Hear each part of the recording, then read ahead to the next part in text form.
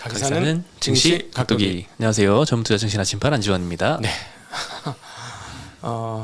레드 먼데이를 뭐랄까 바라면서 시작을 했는데 첫날부터 레드가 아니고 또다시 블랙 먼데이가 되네요. 네.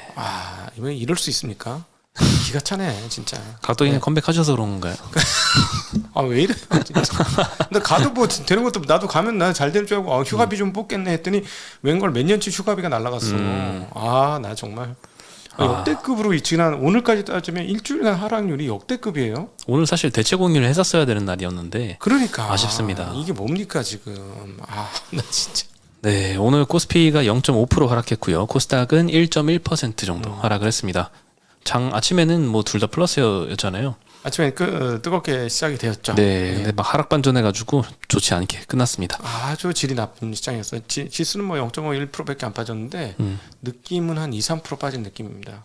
하락 종목 수도 월등히 많았고. 네. 제가 한번 찾아봤거든요. 장중에 하도 기가 차가지고 도대체 얼마나 많이 떨어졌느냐. 우리나라의 총 그 상장 종목 수가 3,224종목입니다. 거래소 코스닥 합산해서.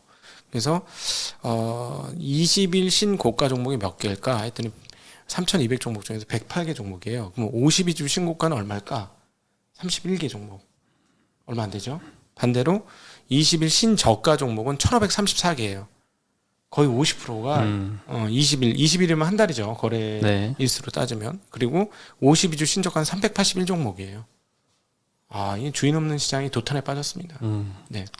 네, 작년 말 끝날 때부터 하락폭이 너무 거세졌는데 새해 시작까지 좀 영향을 좀 미치고 있습니다.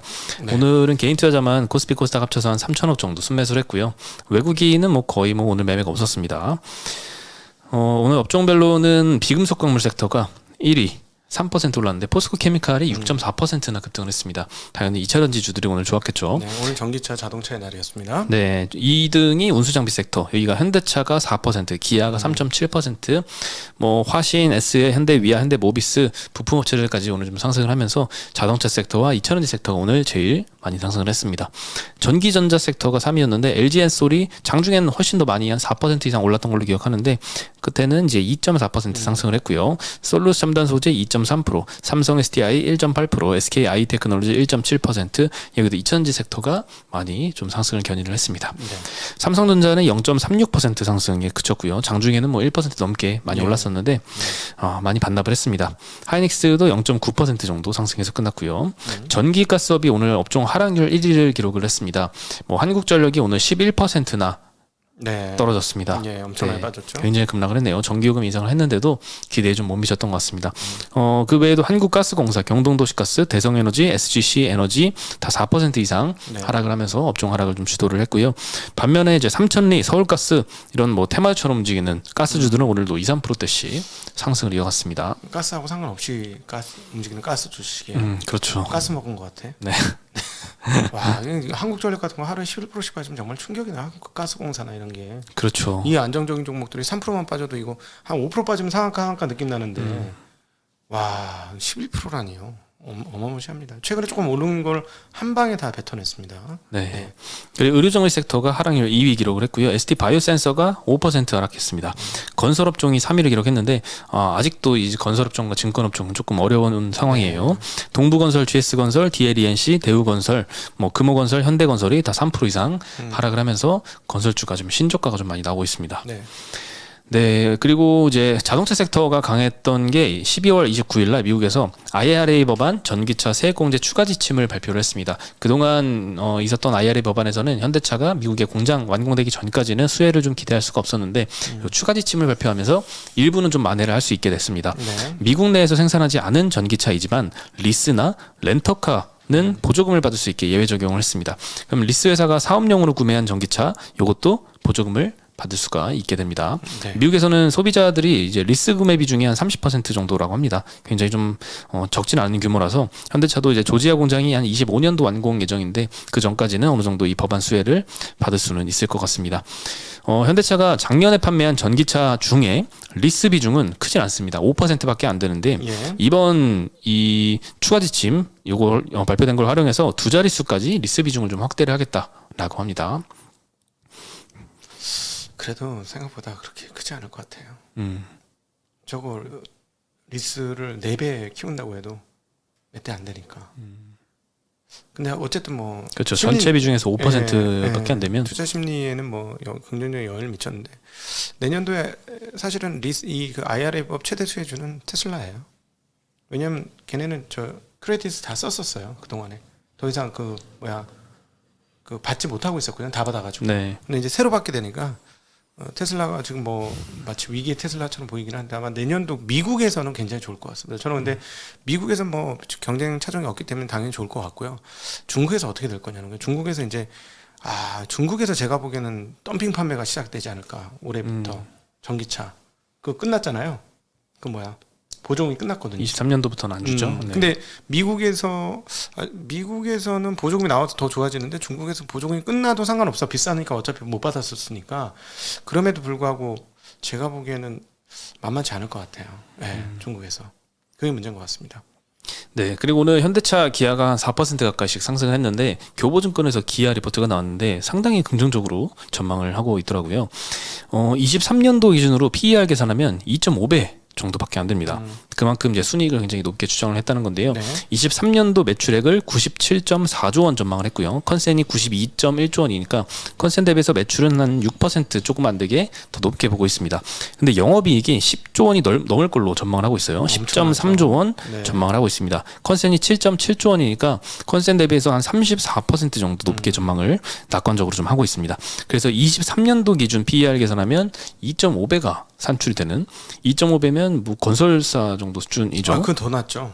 건설사가 이제 1배 못 있긴 하지만 PER이니까. 네.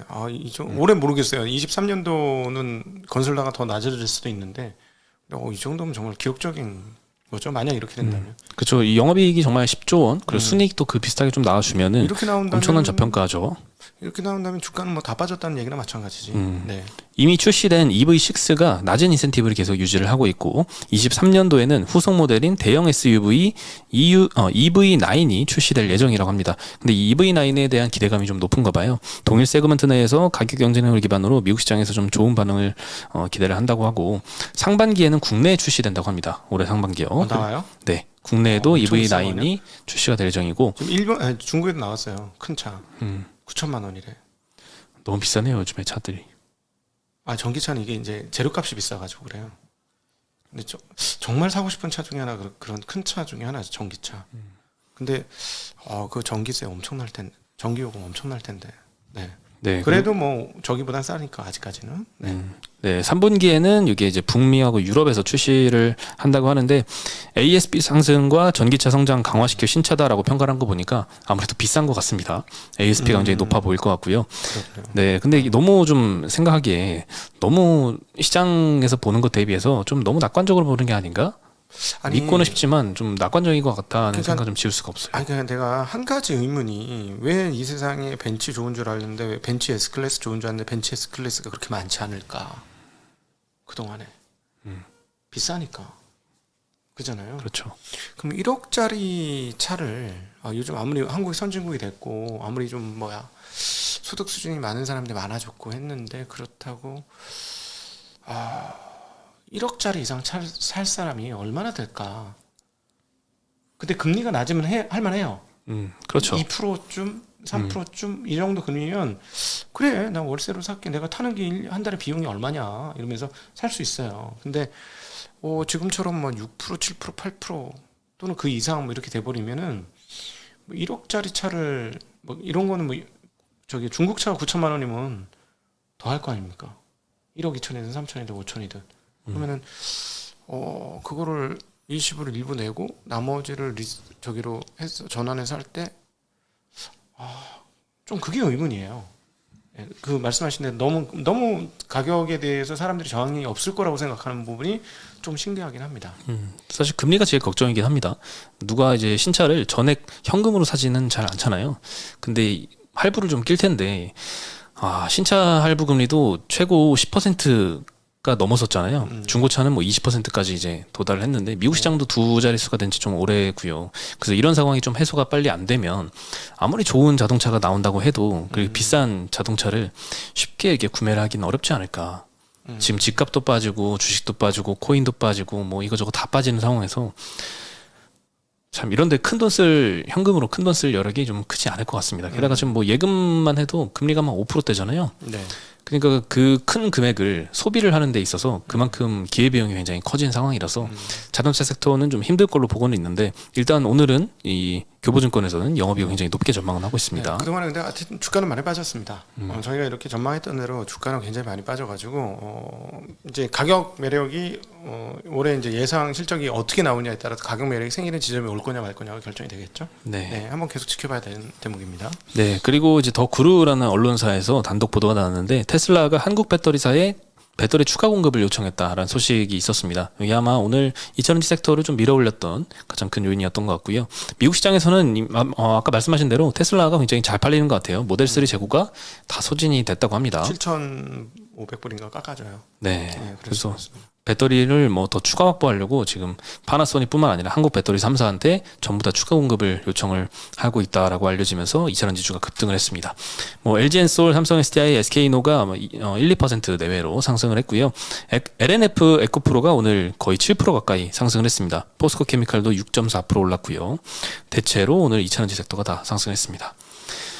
그리고 리오프닝 주들이 지난주 뭐 한 12월 정도만 해도 굉장히 많이 올랐었는데 지금 또 중국에서 너무 확진자가 강해지니까 이 중국발 또 코로나 재확산이 시작될까봐 주요 각국에서 입국 규제를 강화를 하고 있습니다. 한국 정부도 2월 말까지 대중국 방역 강화 조치를 실시한다라고 했는데요. PCR 검사가 의무화되고요. 관광객 단기 비자 발급이 제한이 되고 항공편 운항 축소됩니다. 관광객 단기 비자 발급이 제한되면 이게 정말 좀 타격일 것 같아요. 국내 카지노 업체들은 전부 다 이제 중국이나 뭐 일본인 이제 비중이 굉장히 높거든요. 매출 비중이. 항공사들도 이제 항공편 운항 축소하면 굉장히 큰 악재일 것 같긴 합니다. 근데 이거 길게 보실 필요 없어요. 제가 보기에는 2달짜리예요. 2달짜리. 그리고 2달 안에 중국 관광이 못 옵니다. 어차피. 걔네도 단기적으로 풀기로 했잖아요. 단기적으로 해외여행 자유를 하겠다고 한 거라서 그 큰 나라 자유화하려면 몇 개월 걸리는 거 당연하지 않겠습니까? 그렇습니다. 예, 뭐한 3월 이후로 어차피 생각했던 거라서 이건 되게 단기적인 이슈로 봐야 될 것 같고요. 저 이번에 물 건너 정말 몇 년 만에 물 건너 한번 갔다 왔잖아요. 만석으로 갔어요. 비행기가요? 네, 비행기 만석으로 갔고 물론 많이 줄었겠지 과거보다는. 근데 와 공항에 사람 많더만. 사람 많아요. 인천은 옛날만큼 많지는 않은데 제가 컴백할 때 보니까 공항에 사람이 꽉 차 있었어요. 그리고 그 유럽 사람이라든가 이런 서양인들 굉장히 많이 보이더라고요. 어디 그 시내 중앙을 걷는데 하나 건너 백인들이야. 과하게 얘기하면 물론 가끔씩 눈에 띄긴 했지만 그렇게 느낌으로는 많이 보였어요. 그래서 이게 드디어 본격적으로 이제 여행 수요가 시작이 되는구나. 근데 그에 비해서 항공료가 꽤 비쌉니다. 과거에 비해서. 그럼 무슨 말이냐면 항공료가 지금 적자가 너무 심해가지고 이 가격을 한 2, 3년 안 받으면은 본전치기 안 될 것 같아. 그래서 아마 계속 비싸게 받을 것 같은데 그러면은 제가 보기에는 옛날만큼 흔하고 자주 외국을 나갈 수 있을까? 그거는 좀 아니지 않을까 하는 생각도 더불어 했어요. 많이 비싼가 보죠? 가보셨잖아요. 예전부터 가보긴 했는데 저는 조금 쌀 때 갔던 것 같아요. 네. 제가 갈 때는 그렇게 막 옛날에 비해서 너무 비싸다 이런 정도 느낌은 아니었던 것 같은데 거의 2배던데. 옛날보다. 코로나 이전보다요? 그렇죠. 19년, 18년 그때보다는 굉장히 비쌌다. 지금 하여튼 해외 여행 가려면 비용 꽤 많이 듭니다. 일단 비행기 싹에서. 근데 제가 보기엔 비행기 싹을 쉽게 내리지 못할 것 같아요. 좀 쌓인 적자들이 너무 많아서. 그러면 그게 이제 나중에 어떻게 영향을 미칠까 한번 보긴 해야 될 것 같아요. 근데 어쨌든 여행 수요가 굉장히 급하게 살아나고 있는 건 분명히 맞다. 네. 네, 그래서 뭐 말씀하신 대로 리오프닝 주의 이런 악재가 단기에 좀 그칠 것이라는 전망도 좀 많이 있습니다. 뭐 중국 정부가 이제 소비 회복을 최우선 과제로 삼았기 때문에 좀 그렇게 보고 있는 것 같고 오늘은 일단 항공주들이 많이 떨어졌다가 낙폭을 조금 축소해서는 마감을 했습니다. 아시아나 IDT만 한 6% 정도 떨어졌고요. 진에어, 제주항공, 티웨이, 아시아나가 한 1-2%대씩 다 하락을 했습니다. 네. 그리고 뭐 여행주, 카지노 오늘 뭐 좀 떨어졌는데요. 모두투어 노랑풍선이 4%대 하락했고요. 파라다이스 GKL은 0.8%씩 떨어졌습니다. 네, 파라다이스나 GKL 이쪽 저희 드랍액이 엄청나게 커지고 있는데. 네, 지금 11월, 10월 달은 뭐 세 자릿수로 증가를 했는데 전년 대비해서 12월 들어서는 그 YOY로는 두 자릿수로 좀 줄어들긴 했지만 그래도 네. 빠르게 회복은 좀 하고 있습니다. 네, 중국에 들어오면 드랍액이라는 거는 총 매출입니다. 쉽게 얘기하면 그 카지노의 매출을 드랍액이라고 하는데 드랍액 이 전년이 뭐 없었으니까 당연히 뭐 엄청나게 증가율은 중요하지 않고 19년도 18년도 수준을 언제 회복할 것인지를 보는 게 중요할 것 같네요. 네, 아마 주가는 그거를 바라보면서 주가는 움직이지 않을까 하는 생각을 가지고 있습니다. 네, 중국인의 이 관광객 회복이 절대적인 것 같습니다. 카지노 네, 업체들한테. 그건 절대적이죠. 네. 네, 그리고 한국전력이 오늘 11%나 떨어졌는데요. 일단 전기요금 인상은 발표가 됐습니다. 킬로와트 시당 13.1원 발표를 했고요. 이번에 그 한국전력이 사실 연간 전기요금 인상 적정 폭으로 계산했던 게 51.6원이거든요. 네. 요거가 따라가기에는 조금 부족한 상황이긴 합니다. 네, 시장에서는 최소 30원 정도 수준의 인상을 요구를 기대를 좀 했다고 하는데 그에 비해서는 조금 절반에 좀 못 미치는 네. 상황이어서 SK증권에서는 이번 인상 폭은 그 누구도 만족을 못할 것이다라고 냉정하게 좀 평가를 했고요. 반면에 이제 긍정적으로 좀 보는 데도 있습니다. 메리츠증권에서는 이번 인상이 끝이 아니다. 2분기 이후에 추가 인상 가능성에 좀 주목을 하면서 좋게 봤는데요.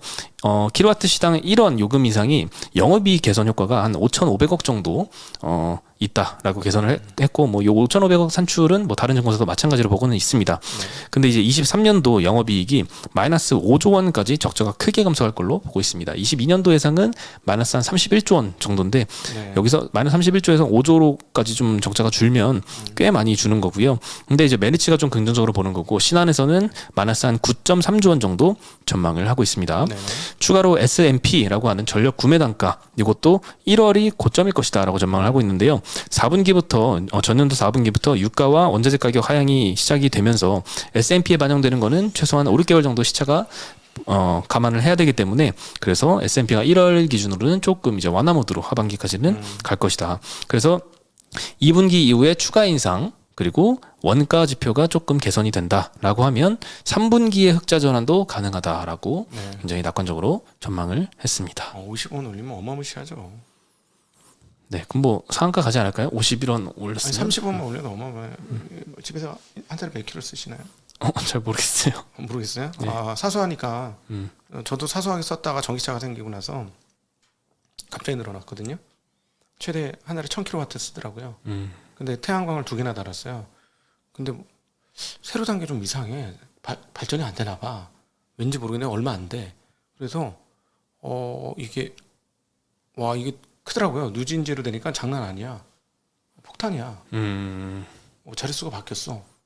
저기 전기요금 내는 게. 그래서 이게 전기차가 많아져서 이거를 올리면 전기차에 대한 매력도가 확 떨어질 수는 있겠구나. 한국 같은 개념으로. 그러면 그걸 생각하고 하니까 유럽에서 전기차로 넘어가긴 넘어가는데 지역에 따라서 속도가 가속화되지 않을 수도 있겠고 그래서 유럽 자동차 회사들이 전기차 이동하는데 그렇게 목숨을 안 거는구나 하는 생각도 좀 들었습니다. 자동차를 충전하는데 전기요금이 좀 많이 좀 들죠. 소진되는 거죠? 많이 들죠. 예, 그래서 한 대 가지고 있어서 자주 돌아다니시면 한 달에 제가 보기에는 많이 하면 한 4,500km는 쓸걸요? 차 한 대가? 그 정도 쓰면은 요금 누진제로 하면 상당히 폭탄 나옵니다. 네, 다른 거까지 합쳐버리면. 네. 그래도 내연기관차 휘발유차보다는 당연히 적죠. 비용이 아직까지는 당연히 적은데 장기적으로 보면은 전기세가 전기요금이 계속해서 올라간다고 하고 유럽처럼 전기요금이 많이 올라간 경우에는 이제 버금가는 상황들이 오게 될 거예요. 예. 근데 이제 뭐 전기세 아끼는 것도 있지만 이게 뭐 바퀴가 막 비싸다면서요? 타이어? 타이어. 바퀴. 타이어가 뭐 일반 내연기관 대비해서 훨씬 비싸다면서요? 철심이 많이 들어가니까요. 네, 조금 더 비싸긴 하죠. 예. 조금인가요? 조금 더 비싸고 빨리 달아요. 빨리 답니다. 지금 25,000km 탔는데 이거 뭐지? 이러고 있어. 또 비싼데? 더 타야 되는데? 이거 속도를 천천히 해야 되겠네. 근데 이게 급출발 급가동이 되거든. 그래서 타이어가 더 빨리 달죠. 내구성이 더 필요하고 그렇습니다. 전기차는 참 사고 싶었다가도 참 망설여지긴 합니다. 아니에요. 1년 넘게 타보니까 한 2년 타보니까 내연기관을 못 가요.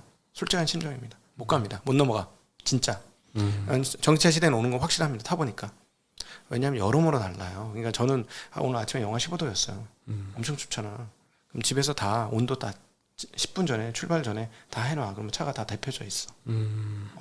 10분 전에 미리 켜놓고. 뭐 미리 켜놓고 이렇게 해서 출발하고 항상 그런 게 다 핸드폰으로 지금 내 차가 어디에서 어떤 조건값으로 있는지 다 보여요. 그래서 그 스마트폰에 앱 쓰는 것처럼 자동차를 쓰기 시작합니다. 그래서 이게 큰 차이예요. 그리고 제가 한 오랜만에 내연기관을 한 하루 동안 몰아봤는데 너무 피곤해요. 그 정도예요? 너무 피곤해요. 뭐 이렇게 좀 저는 아직 지금 이거 하고 저는 아직 저기 풀 셀프 드라이빙 아직 안 했거든요. 한국에는 별 필요가 없기 때문에 해야 되겠다는 생각이 들었어요. 이쪽으로 넘어갔다가 반자율주행이 이 정도로 편의성이 있으면 완전 자율주행까지 말은 바뀌었지만 하여튼 주행 보조 장치가 고도화되면 고도화될수록 굉장히 피로도가 떨어지는구나 하는 걸 몸소 체험하고 있습니다. 네. 네, 오늘 소식은 여기까지고요. 자, 시작부터 이렇게 좋지 않았는데 저희도 오늘 오늘로 끝냅시다. 하락은 정말 지겹다. 지겹긴 하죠. 일주일 동안 미친. 제가 보니까 작년도에 6월달에 쇼크 먹고 10월달에 쇼크 먹고 요번에 쇼크 먹은 거예요. 단기 낙폭이 그 정도로 큽니다. 이번 일주일간. 12월에도 많이 빠지더라고요. 코스피가 한 7, 8%인가? 네. 그 이상 좀 빠졌던 것 같아요. 사실은 날에. 23일까지 저희는 잘 버텼잖아요. 24일까지 잘 버텨서 좋아 헬렐레 했는데 이게 꼭 우리가 좋아 헬렐레 하면은 그 다음에 꼭 이렇게 한번 매기더라고. 일주일간 지금 먹었습니다. 그러나 제가 보기에는 모두가 나쁘게 본다고 정말로 나빠지는 일은 없죠. 그럴 확률은 사실 점차 낮아지고 있는 겁니다. 네. 네, 오늘 소식은 여기까지고요. 저희는 내일 다시 인사드리겠습니다. 안녕. 안녕.